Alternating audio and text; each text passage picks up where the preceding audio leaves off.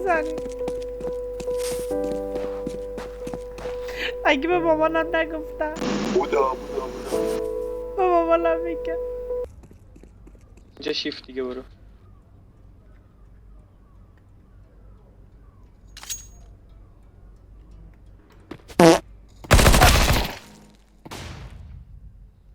وای میگم تینش موتور نینجا ترتل دیدیدیدیدی 1 2 3 4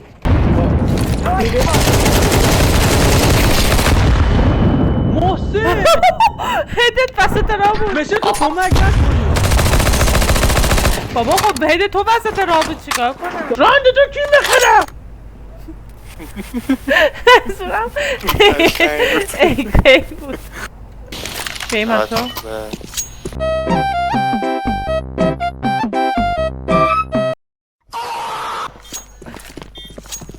بالاست اسپری تنگ یا دیسمانه دارم برندش باز دارم برندشو میخونم. خب بریا من ربطی نداره که بام برم. من میخوام فعلا اسموک یاد بگیرم.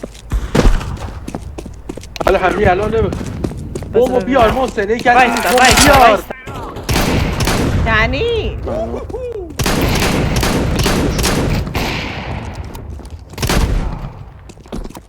برو بیشور مال منه. مال منی بزن نگات کنم اصلا یادم آمده نمیخواستم از بچه ها بپرسم. سلامت باشی قابونه بابا برچی نید آروم پرت کردی محکم بابا پرت کردی. تلفنم. علی تو صدای ما رو میشنوی؟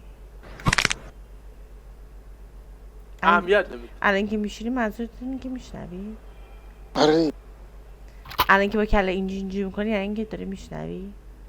لا اینجا سیر که داره بیا خب مایک بگیر دیگه. یعنی یه من کله رو اینجوری میکنه. اعصابم خورد آخه 8-0 ما روزا مردشون ریخته تو برم. نه تمریده خودت ندارم تمریدی که. بابا. مالی داشت هم خودت هم عکسه. بابا سعید نکن بازی حساسه. همچنان الان فرگ آخری. سعید خیلی زشته که هر وقت استریم میکنی اون تایی. بابا ولکوی عقده یه بابا خودشو باید اصلا حرف بزنه شما. اولا که وومنه همین که اصلا دلیل بالاتر از این نیست حرف همه نیایم بارا او بر بابا دقیقش بازی رو بساز تمومه بابا. مشه کمک کنه. میشه؟